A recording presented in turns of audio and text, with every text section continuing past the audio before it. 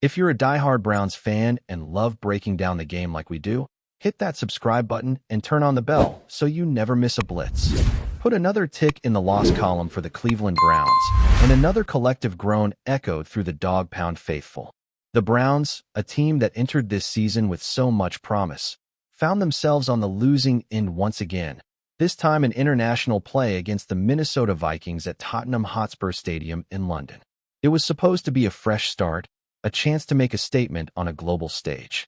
Instead, it became another chapter in a frustratingly familiar story, flashes of brilliance, moments of dominance, and then a painful collapse when it mattered most.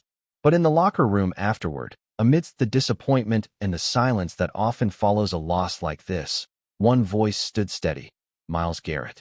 The star defensive end didn't hide from the pain, but he didn't dwell on it either. His words carried that mixture of calm confidence and defiant optimism that has defined his leadership since he entered the league. "Always confident that you can bring it back," Garrett said, his voice even, his eyes locked forward. "You don't look too far ahead or look behind you. You just have to look at the next opponent and figure out how you can win that one."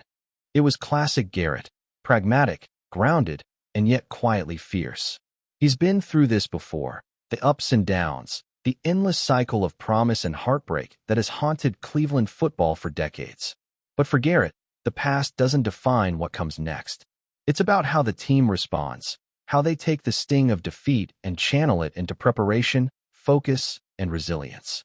The Browns actually played a strong game for 3 quarters. They had the lead, they had momentum, and for a while, it looked like they might finally turn the corner. But when the 4th quarter arrived, things began to unravel. The Carson Wentz-led Vikings offense came alive late, orchestrating a brilliant 10-play, 80-yard drive that ended with a 12-yard touchdown and drained nearly 3 minutes off the clock. The Browns' defense, which had been rock solid all afternoon, started to show cracks. They weren't giving up big plays, but they couldn't get off the field when it mattered. And once the Vikings took the lead, Cleveland's offense simply couldn't answer. "Just gotta close it out," Garrett said after the game, his tone clipped but measured. "Frustration doesn't matter, results do." That statement cut to the heart of Cleveland's ongoing struggle. They have the talent, they have the schemes, but they can't seem to finish.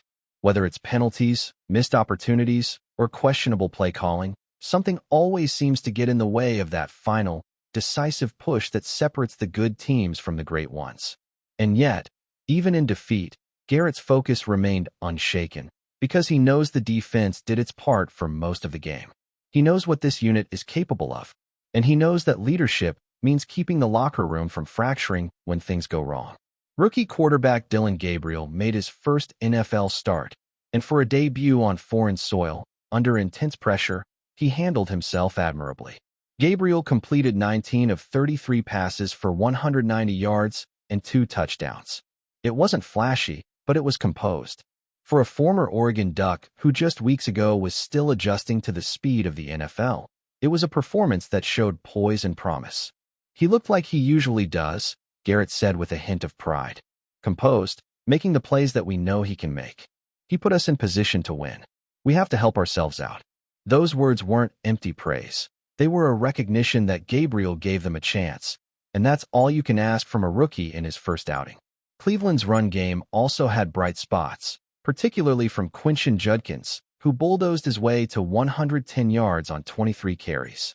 He looked like the dynamic, hard-nosed runner the Browns had envisioned when they drafted him, breaking tackles, finding lanes, and grinding out tough yards. He even had a long touchdown run, only for it to be called back on a holding penalty. And that, in many ways, was the story of the afternoon. Big moments erased by yellow flags, drives killed by self-inflicted wounds, and opportunities that slipped away before the scoreboard could reflect them. Penalties and inefficiency haunted the Browns yet again. They punted 8 times.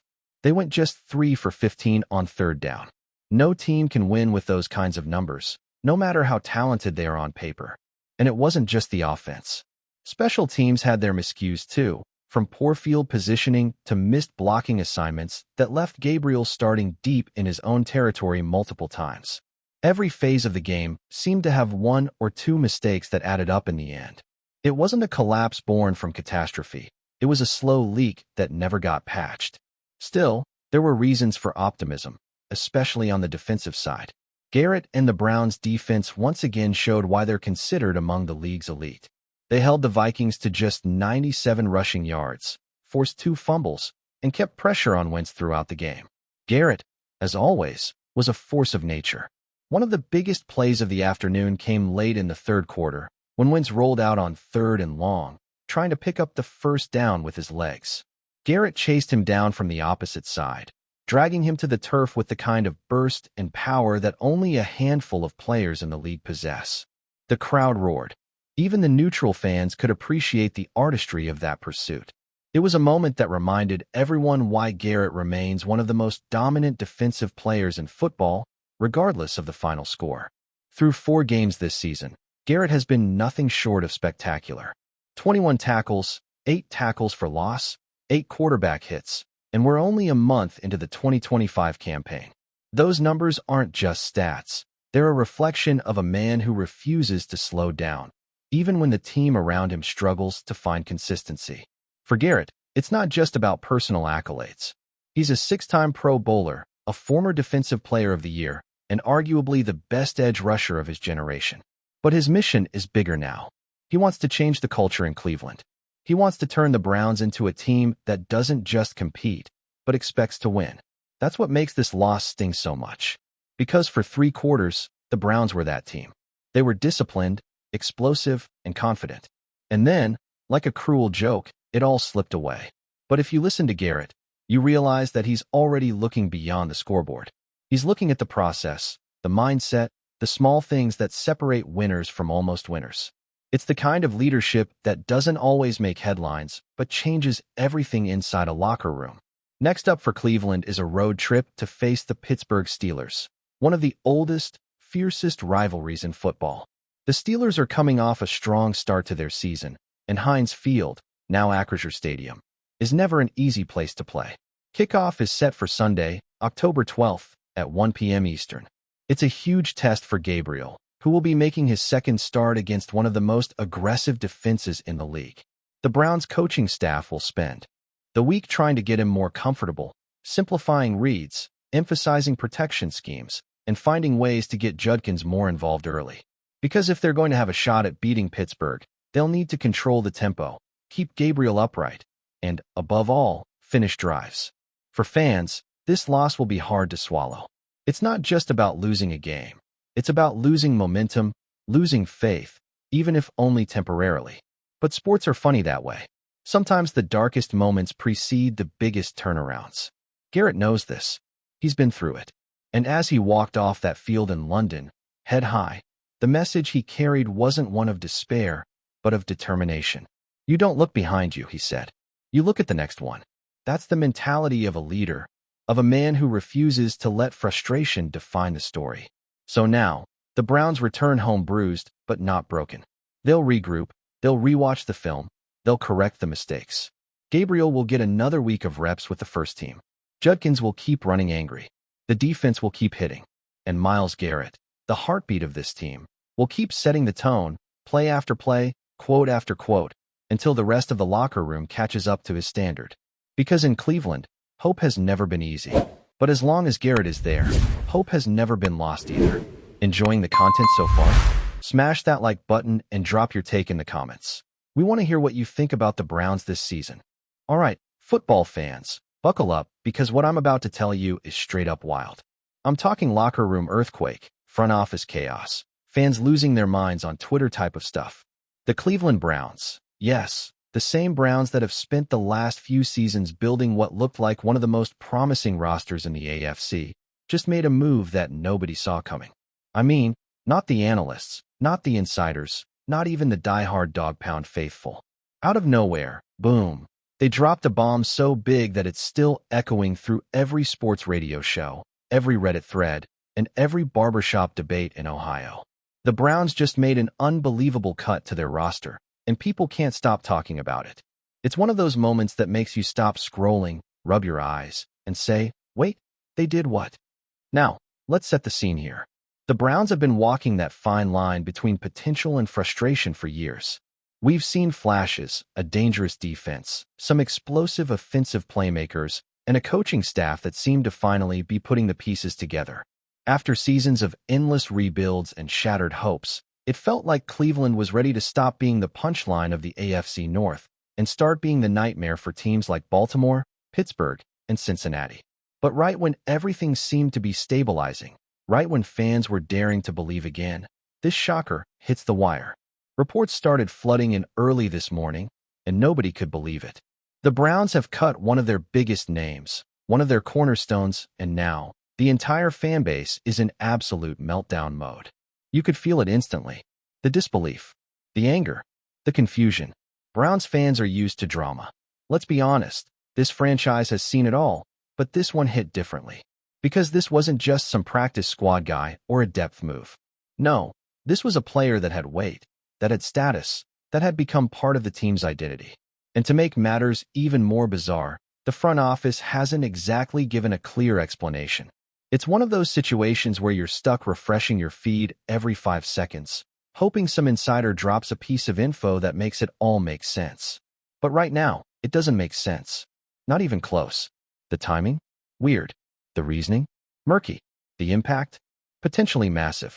What's fueling all the rumors right now is the fact that this cut doesn't seem to be about performance alone. You don't just drop a player like that if it's purely about numbers or stats. There's got to be something else bubbling under the surface. Maybe locker room tension, maybe a contract dispute that turned ugly behind closed doors, maybe even some clash of egos between the coaching staff and the player. Whatever it is, the silence from the Browns organization is deafening.